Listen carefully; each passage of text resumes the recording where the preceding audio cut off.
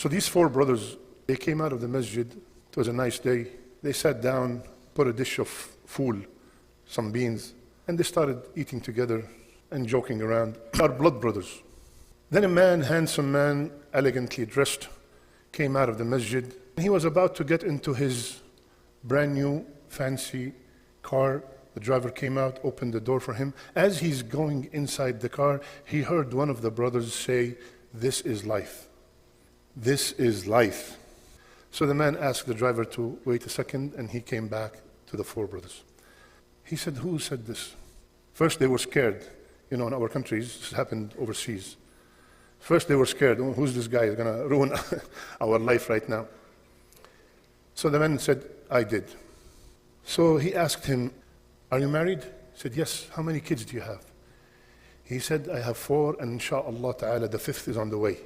He said, "I've been married for 17 years, and I don't have any children." You see this fool, that beans that you're eating, that is my favorite dish.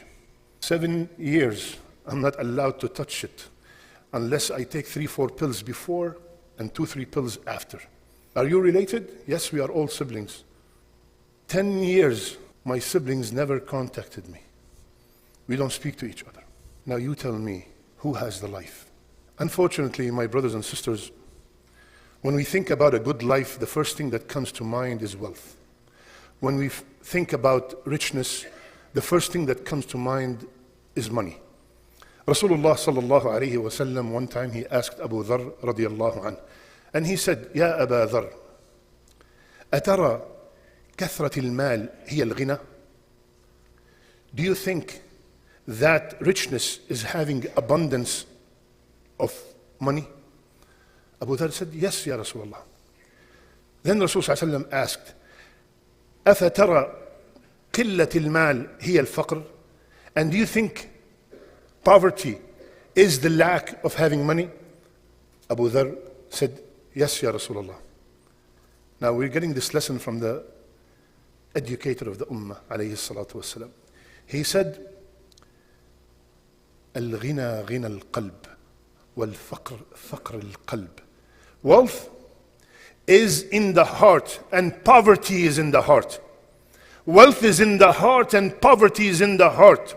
Whoever wealth is in his heart will not be harmed no matter what happens in the world. And whoever is poor in his heart, he will not be satisfied no matter how much he has of this world. And if you're poor in your heart, doesn't matter how much you have, you own the whole world, you're still miserable. In another hadith, Rasulullah sallallahu alaihi wasallam, hadith is in Bukhari, he said, ليس الغنى عن كثرة العرض إنما الغنى غنى النفس. Richness and wealth is not having many possessions. Rather, true wealth is the richness of the soul. My brothers and sisters, we want to talk today about al-rida. Al-rida, being pleased with Allah's decree. As a matter of fact, Rasulullah sallallahu alaihi wasallam said, subhanallah, ارض بما قسم الله لك تكن أغنى الناس. You want to be the richest man on earth? Do you want to be the richest man on earth? Rasulullah sallallahu alaihi wasallam said, be satisfied, be content with what Allah subhanahu wa ta'ala decreed for you. You are the richest man on earth. Short, you're poor, you're sick, you have an autistic child, you have no children. Alhamdulillah, I am pleased with whatever Allah subhanahu wa ta'ala decreed for me. The rida of Allah Azza wa Jal is the ultimate goal of every single believer. The rida of Allah is the goal, the ultimate goal of every single believer. And it is by itself the greatest achievement any believer can reach. Allah subhanahu wa ta'ala said, وَرِضْوَانٌ مِّنَ اللَّهِ أَكْبَرٌ ذَلِكَ هُوَ الْفَوْزُ الْعَظِيمُ. And the pleasure of Allah is the greatest, and that is the ultimate success. What is rida? What is rida? There are many definitions. I chose one beautiful definition when one of the scholars said, الرضا سكون القلب إلى اختيار الرب. سكون القلب إلى اختيار الرب. The tranquility of the heart because of the choice of the Lord. Now there is a misunderstanding. Sometimes people that think that rida, خلاص, I am sick, that's it. I don't have to do anything, I have to be accepting this sickness. No. Rida is not about giving up. Rida is to exhaust all your efforts, to exhaust all the means, and then you are content with the result. I cannot have children. I went here and there and I tested and I did everything possible, and then no children. I am radi. I accept. I have chronic pain in my back. I went to this chiropractor, that doctor, this doctor. I traveled overseas. I took by all the means and the pain is still there. I am radi. So we have to exhaust all the efforts. Not just give up immediately and say khalas. No, you have to take by the means. Hussein ibn Ali radiallahu anhuma, he said, whomsoever put his trust in Allah's choice, whomsoever put his trust in Allah's choice will not wish for anything except Allah's choice. Will not wish for anything except the ikhtiyar, the choice of Allah Azza wa Jal. How to earn this rida? How to earn this rida? Knowledge. Knowledge. Give an example. An old man who's a heart patient went to the dentist. And the dentist told him, we have to operate on your teeth without anesthesia because you're a heart patient. That will harm you. Knowing that this information is coming from a trusted, knowledgeable person, the man is accepting the consequences. Even though he will be in so much pain, but because he knows that the other choice is worst. Knowledge. Knowledge, number one, of Allah Azza wa Jal. Knowing that the one who is yudabbir, the one who is running my affairs, ya akhwan, do we ever think, does it come to our mind, or could it possibly that my plans be better than Allah's plans? Impossible. So when I know that the one who's running my affairs is the all-knowing himself, is the all-wise himself, is al-wadud, he's the all-kind, he's the all-merciful. He loves me more than my own mother.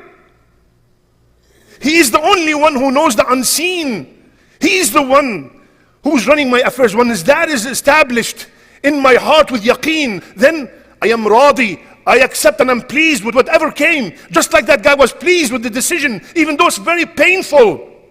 But he's pleased because it came from a trusted source. Is there any better trusted source than Rabbus Samawati wal Ard? So number one, knowing Allah Azza wa Jal.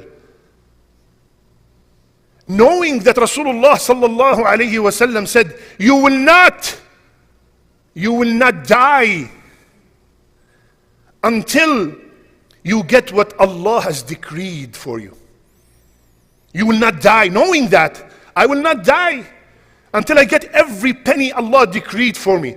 Until I get those children, that food, that house, whatever rizq Allah provided for me, decreed for me, I will not die before I get it. Knowing that will make me pleased with Allah subhanahu wa ta'ala.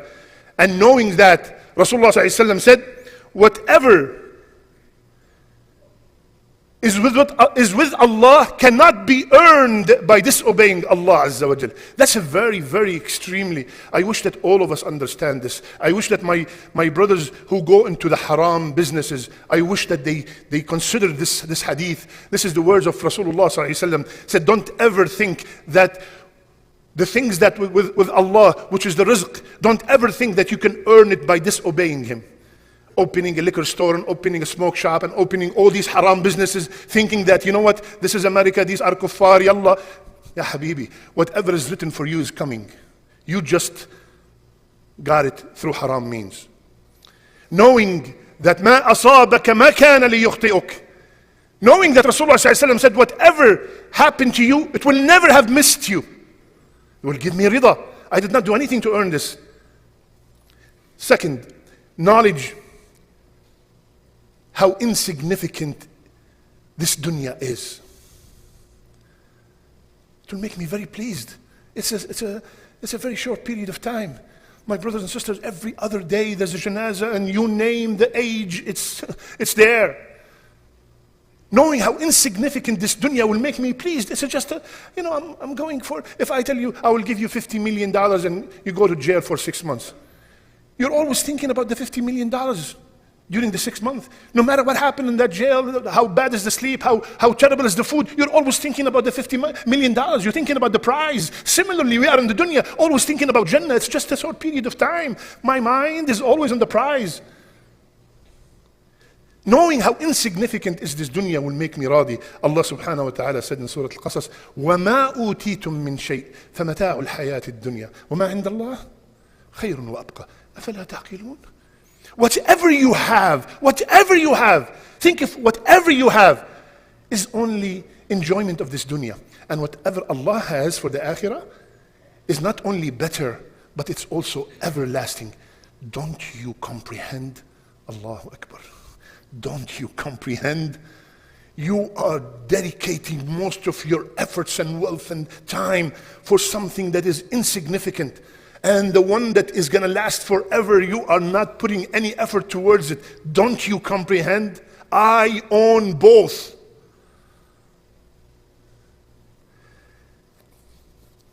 My brothers and sisters, we ask Allah subhanahu wa ta'ala to make us from the people who are pleased with whatever He decreed for us. أقول قولي هذا واستغفر الله فاستغفروه إنه هو الغفور الرحيم.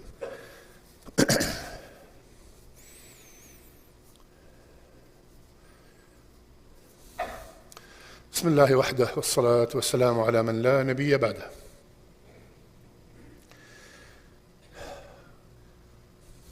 $2,000 people here or so. If I ask every single one of you, I say, brothers, sisters, write down on a piece of paper all your problems. No name. Write down on a piece of paper all your problems, no name. And we put them all in a box. And then we say, take this box and take a paper from it now, and these problems in that paper are your new problems. Put your problems on a paper, put the paper in the box, and then we're going to go back around. Everybody choose another paper, and this is from now on your new problems. The minute you take that, you throw it away. Can I get another one? You will take another one. Astaghfirullah, you throw it away. And you wind up saying, please give me my paper back. Give me my paper back. Because if Allah subhanahu wa ta'ala gave me and you the ability to see to know the unseen, you will only choose the life that you are in right now. Because it was designed by the All Merciful. My brothers and sisters, remember that Allah subhanahu wa ta'ala said, وَإِن يَمْسَسْكَ اللَّهُ بِضُرٍّ فَلَا كَاشِفَ لَهُ إِلَّا هُ. Anything that afflicts you, any harm that afflicts you, no one is going to remove it except Allah Azza wa Jal. So, when we want to complain, we do not complain about the All-Merciful to the one who has no mercy. Don't complain about the All-Merciful to the one who has no mercy. Tell him what you want. Rasulullah sallallahu alayhi wa sallam, he said, whomsoever see any affliction, you see someone paralyzed, you say this dua. Rasulullah sallallahu alayhi wa sallam said, Alhamdulillah, you don't say it in front of the guy, you don't say it to the person. Alhamdulillah alladhi afani mimma ibtalaka bih. وفضلني على كثير ممن خلق تفضيلا. Alhamdulillah, that Allah subhanahu wa ta'ala saved me from that test that you're going through. And Allah subhanahu wa ta'ala favored me over so many people. Rasulullah sallallahu alaihi wasallam said, if you say this when you see any calamity, any person with hardship, that hardship will not come to your life. And Rasulullah sallallahu alaihi wasallam told us, subhanallah, very beautiful dua. I want everyone to memorize it. Allahumma inni as'aluka nafsan mutma'inna tu'minu biliqa'ik wa tarda biqada'ik wa taqna'u bi'ata'ik. Ya Allah, I ask you a soul that is tranquil and it is looking forward to meeting you, and it accepts your decree, and you're satisfied. That soul is satisfied with whatever you give. Rasulullah sallallahu alaihi wasallam used to seek refuge. Allahumma inni a'udhu bika min qalbin la yakhsha wa min du'a'in la yusma' wa min nafsin la tashba' wa min ilmin la yanfa'. Ya Allah, I seek refuge with you from a heart that does not have khushu', and from a dua that is not answered, and from a soul that is not satisfied, from a soul that is not satisfied, and from knowledge that is not beneficial. My brothers and sisters, the single wishes to get married, and the married is contemplating divorce. The young wants to grow quickly, and the old wants youth to return.